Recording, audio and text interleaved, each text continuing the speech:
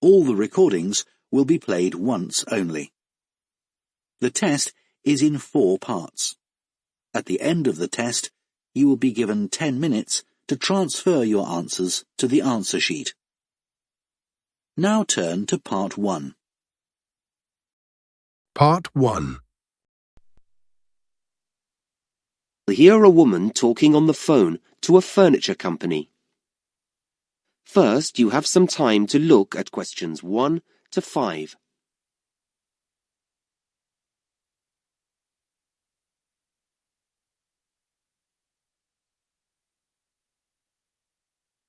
Now we shall begin. You should answer the questions as you listen, because you will not hear the recording a second time. Listen carefully and answer questions 1 to 5.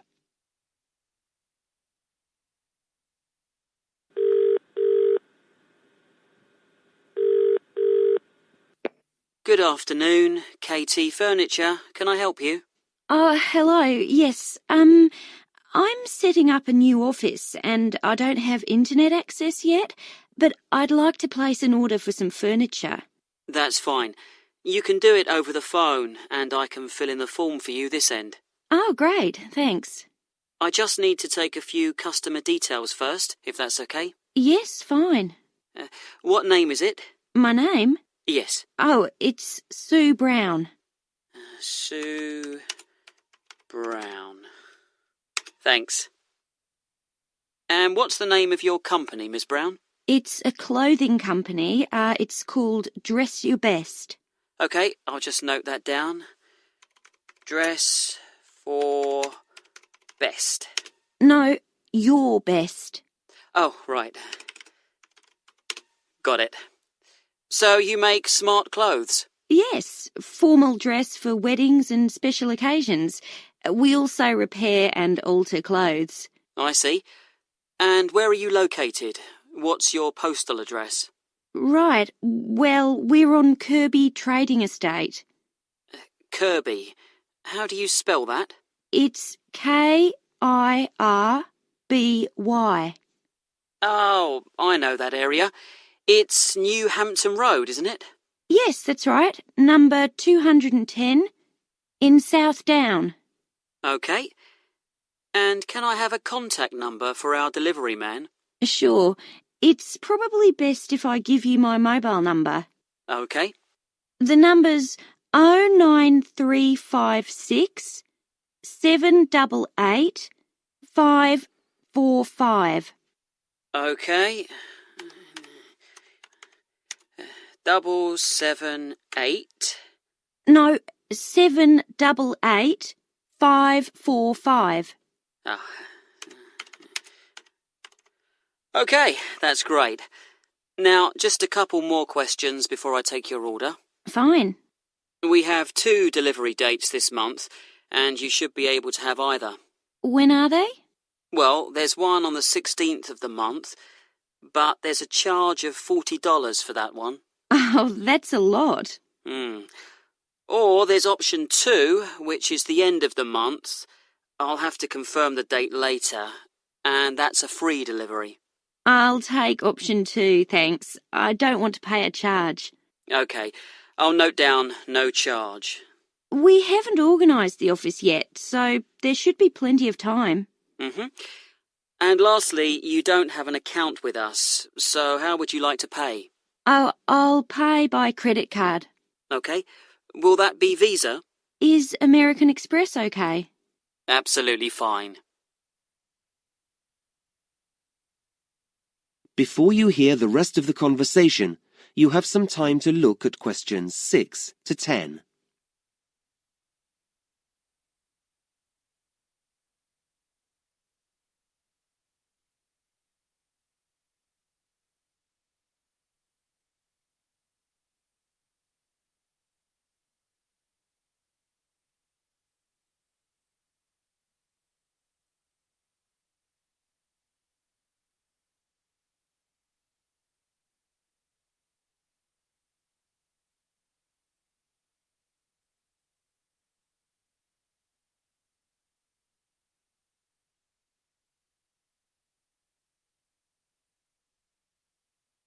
Now listen and answer questions 6 to 10. So, what would you like to order? Well, I've been looking in your catalogue and you have some office chairs that look very comfortable for our type of work. Is there an item code? Yes, it's ASP 23. Okay, those chairs come in pink, white and black. Yes, the pink looks nice, but I think the darker colour's better for us. You can see light materials on it more easily. That's true. We'll have 5 of those, I think. Okay, I've got that. Anything else? Do you have any striped mats? I'm sorry, not at the moment. They're out of stock. We should have some in next month. Never mind. I'd also like 2 of your glass desks. They're lovely, aren't they? Yes. You seem to have 2 sizes? Basically, large or small. I think the code for the small ones is... I think we'll have the large ones. The code here is TG586. Okay. So, that's 2 glass desks. Any lamps for those? No, we have to get special lamps for our work. Oh, I see. Do you have another supplier for those? Yes. We do need some furniture for our customers, though. Okay, for a waiting area or something? Well, we have to discuss the work with them, so we need a nice sofa. Something soft and... I thought leather. Ah, yes, a good choice. There's a 3-seater here, DFD 44. That seems to be in red, cream or chocolate brown. Yes, it does come in yellow as well. Yellow? I'd thought of red, but that sounds lively. Yes, I'll have that colour. I think brown's a bit too dull and cream shows the dirt too much. Yeah, you're right. Anything else? A coffee table, perhaps? Yes, I think so.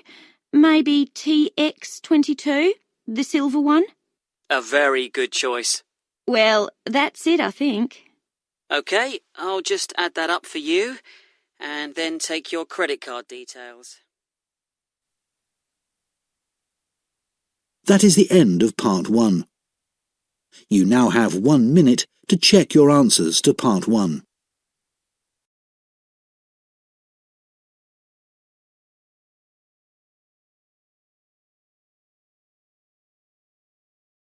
Part 2. You will hear a manager in a company talking to employees about volunteering for charity work. First, you have some time to look at questions 11 to 16.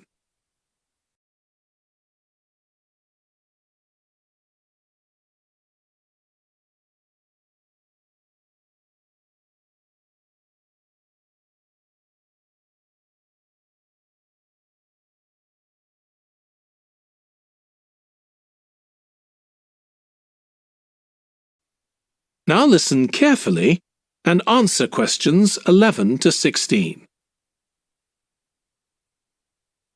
Thanks for coming, everyone. Okay, so this meeting is for new staff and staff who haven't been involved with our volunteering projects yet. So, basically, the idea is that we allow staff to give up some of their work time to help on various charity projects to benefit the local community. We've been doing this for the last 5 years, and it's been very successful. Participating doesn't necessarily involve a huge time commitment. The company will pay for 8 hours of your time. That can be used over 1 or 2 days all at once, or spread over several months throughout the year. There are some staff who enjoy volunteering so much, they also give up their own free time for a couple of hours every week. It's completely up to you. Obviously, many people will have family commitments and aren't as available as other members of staff. Feedback from staff has been overwhelmingly positive. Because they felt they were doing something really useful, nearly everyone agreed that volunteering made them feel more motivated at work. They also liked building relationships with the people in the local community and felt valued by them. 1 or 2 people also said it was a good thing to have on their CVs. One particularly successful project last year was the Get Working project. This was aimed at helping unemployed people in the area get back to work. Our staff were able to help them improve their telephone skills, such as writing down messages and speaking with confidence to potential customers, which they had found quite difficult. This is something many employers look for in job applicants, and something we all do without even thinking about every day at work. We've got an exciting new project starting this year. Up until now, we've mainly focused on projects to do with education and training, and we'll continue with our reading project in schools and our work with local charities. But we've also agreed to help out on a conservation project in Redfern Park. So if any of you fancy being outside and getting your hands dirty, this is the project for you. I also wanted to mention the annual Digital Inclusion Day, which is coming up next month. The aim of this is to help older people keep up with technology. And this year, instead of hosting the event in our own training facility, we're using the ICT suite at Hill College, as it can hold far more people. We've invited over 60 people from the Silver Age Community Center to take part, so we'll need a lot of volunteers to help with this event. If you're interested in taking part, please go to the volunteering section of our website and complete the relevant form. We won't be providing any training for this, but you'll be paired with an experienced volunteer if you've never done it before. By the way, don't forget to tell your manager about any volunteering activities you decide to do. Before you hear the rest of the talk, you have some time to look at questions 17 to 20.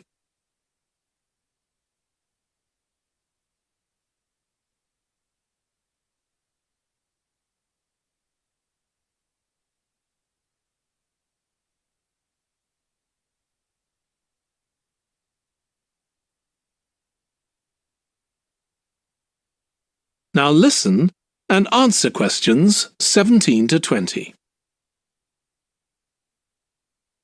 The participants on the Digital Inclusion Day really benefited. The majority were in their 70s, though some were younger, and a few were even in their 90s.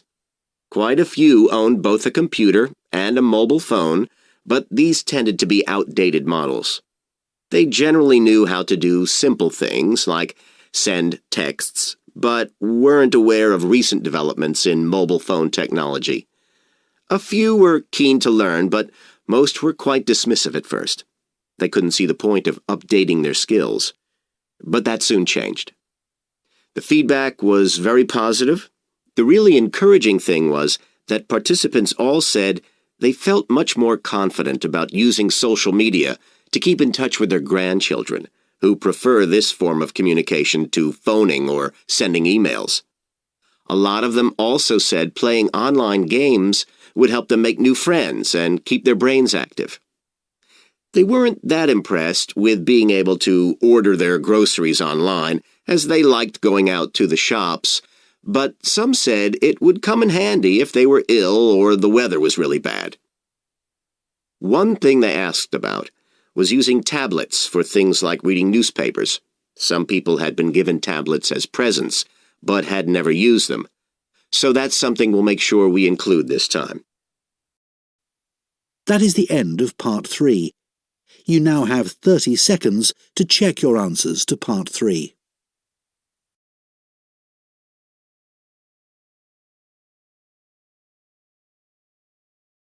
Part 3.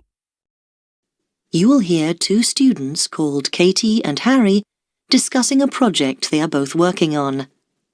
First, you have some time to look at questions 21 to 26.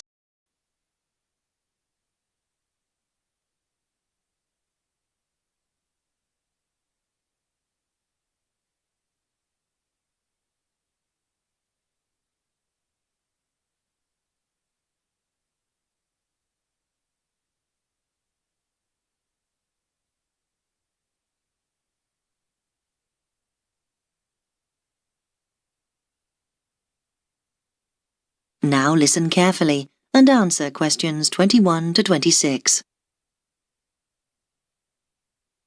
Hi, Harry. Katie, hi.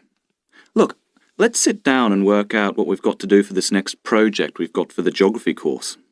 I'm glad we're doing it together. We should be able to split it between us so it's not too much work. Yes, Harry. I had quite a long chat about it with Dr. Smith yesterday, so I've got quite a good idea of how we should be organising it. Now, he said we've got to move on from the general project we did on soil erosion and look specifically at coastal change. I think that'll be interesting, don't you? Yeah. I was thinking about it last night because we'll have to make sure we pick our days to visit the beaches. It seems there's a reasonable train service to White Sands Bay, but the weather could stop us from getting all the samples we need. It could take us longer than we think. Yeah, but we could save ourselves some time if we try to get hold of any information that's already been collected. I know several postgraduates who have done stuff in White Sands Bay this year, though on other topics. We could check out what the marine biology unit have got. They're bound to have something we could use. OK. Let's do that this week and arrange to go to the beach next week. I think we'll need about 3 days. If we book ahead, we can probably stay in the university lodge when we're down there. The other thing is, we must go to the Environment Agency and get permission to take the samples, just in case anyone challenges us when we're down there. I think we'll have to fill out a form or something. Right, Harry. Now, let's work out who's going to do what first, because we have to get it done by the end of this month. I think we ought to divide up the data collection between us. What? So only one of us goes to the beach, do you mean? No, I think we both ought to get a picture of what's involved, but there's no need for us both to do everything. I mean, when we're at the beach, you could go to both ends and make sure we have the set of shots we need to illustrate where erosion has taken place. OK, fine. And I'll move up the beach and pick up the different stones and put sand in bags. Does that seem fair to you? Yeah, OK. Then what about the other stuff? Do you want me to go and do the questionnaires while you're on the beach? We'll get more people that way. Or is it better if we do them together? I think that would be better. We could set aside a whole day for it. What about the lab work? Looking at what we've collected and testing it? I don't mind doing it, but I'm pretty slow. OK, you can leave that to me. Fine.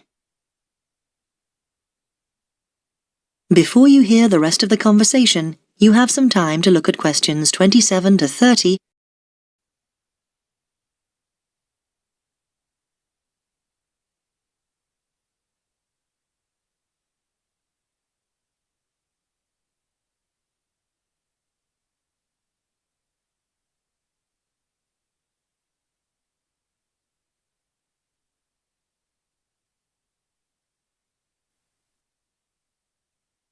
Now listen and answer questions 27 to 30. Then that leaves us 2 weeks to write it up ready for the presentation to the class on the 29th. Shall we do the presentation together? Like you do the first bit and me the second? Actually, no, I think that can be a bit muddling for the class. I'd like to do the presentation, if you don't mind. Fine by me. It's just that it won't affect the marks that you get. I mean, it's not like I get more for actually doing it. The tutor will judge it as a whole. But I think I remember them saying at the beginning of the year that we were expected to do 3 before the end of the year in order to get a satisfactory mark. And I'm 1 behind, whereas you've already done yours, haven't you? I can see why they put them into the course, because most interviews for jobs demand you do a presentation nowadays. Yeah. Does that mean I have to write it up?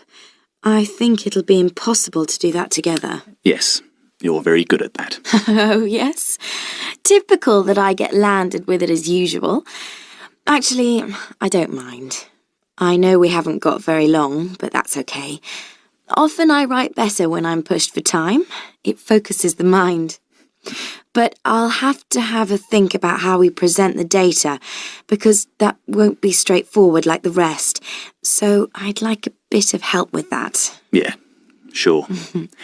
Anyway, I was thinking, after we've done the presentation, I think it'd be a good idea if we asked our classmates to tell us what they think of our conclusions. Well, I don't know. They won't have done the research, so whatever they say would be uninformed. I don't agree. I mean, they've all worked on something similar, so they know what's involved, and it would be useful to see how they think ours stands up. We'll have to be sure of our ground, make sure we don't make any mistakes in our results or whatever. I don't mean I think they're going to tell us anything new, just give us their thoughts on the process. OK. Then I'll deal with the questions at the end. Dr. Smith said we would have to prepare thoroughly for this, and I'll probably get lots of background stuff in the process of writing up, so I'll be prepared for any surprises. If he's impressed by your presentation, then we should do well. Right. That is the end of Part 3. You now have 30 seconds to check your answers to Part 3.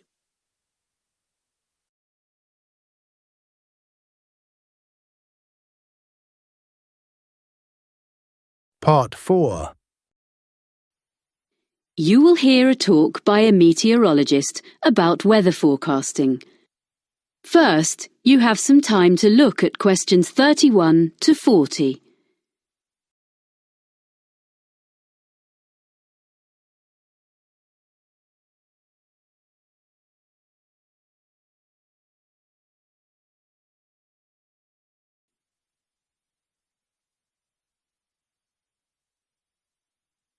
Now listen carefully and answer questions 31 to 40. I work for the National Weather Service, and as part of your course on weather patterns, I've been asked to talk to you about how we predict the weather. We're so used to switching on our TVs and getting an up-to-date weather forecast at any time of day or night that we probably forget that this level of sophistication has only been achieved in the last few decades, and weather forecasting is actually an ancient art. So I want to start by looking back into history. The earliest weather forecasts appeared in the 1500s in almanacs, which were lists of information produced every year. Their predictions relied heavily on making links between the weather and where the planets were in the sky on certain days. In addition, predictions were often based on information, like if the fourth night after a new moon was clear, good weather was expected to follow. But once basic weather instruments were invented, things slowly started to change. In the mid-15th century, a man called Nicholas Kuser, a German mathematician, designed a hygrometer which told people how much humidity there was in the air. To do this, Kuser put some sheep's wool on a set of scales and then monitored the change in the wool's weight according to the air conditions. A piece of equipment we all know and use is the thermometer. Changes in temperature couldn't really be measured until the Italian Galileo Galilei invented his thermometer in 1593. It wasn't like a modern-day thermometer because it had water inside it instead of mercury. In fact, it wasn't until 1714 that Gabriel Fahrenheit invented the first mercury thermometer. In 1643, another Italian, called Evangelista Torricelli, invented the first barometer, which measured atmospheric pressure. This was another big step forward in more accurate weather predicting. As time went on, during the 17th, 18th and 19th centuries, all these meteorological instruments were improved and developed, and people in different countries began to record measurements relating to their local weather.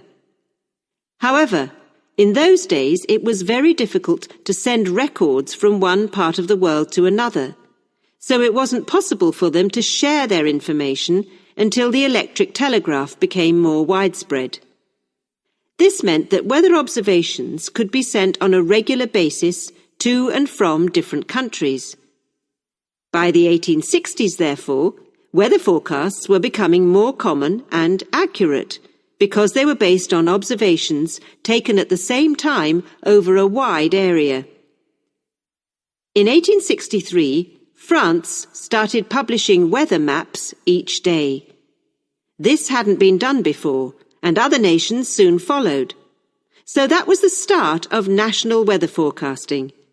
And I'll now tell you how we at the National Weather Centre get the information we need to produce a forecast.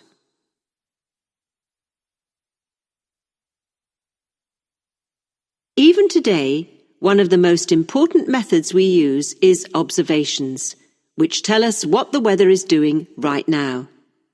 Observation reports are sent automatically from equipment at a number of weather stations in different parts of the country. They are nearly all based at airports, although a few are in urban centres. The equipment senses temperature, humidity, pressure, and wind speed direction. Meteorologists also rely really heavily on satellites, which send images to our computer screens. What we see on our screens is bright colours. Orange represents dry air, and bright blue shows moisture levels in the atmosphere. The satellites are located 22,000 miles above the surface of the Earth, and it's amazing that despite that distance, it's possible for us to make out an individual cloud and follow it as it moves across the landscape. In addition to collecting data from the ground, we need to know what's happening in the upper levels of the atmosphere. So a couple of times a day, from many sites across the country, we send radio sondes into the air. A radio sonde is a box containing a package of equipment, and it hangs from a balloon which is filled with gas. Data is transmitted back to the weather station. Finally, radar.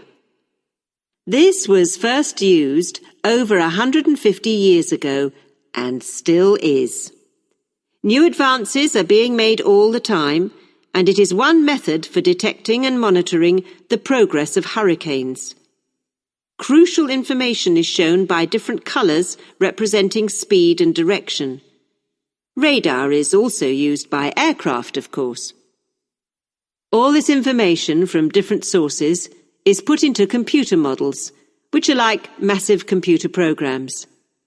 Sometimes they all give us the same story, and sometimes we have to use our own experience to decide which is showing the most accurate forecast, which we then pass on to you. So, I hope next time you watch the weather forecast, you'll think about how we meteorologists spend our time. And maybe I've persuaded some of you to study meteorology in more depth. That is the end of Part 4. You now have 1 minute to check your answers to Part 4.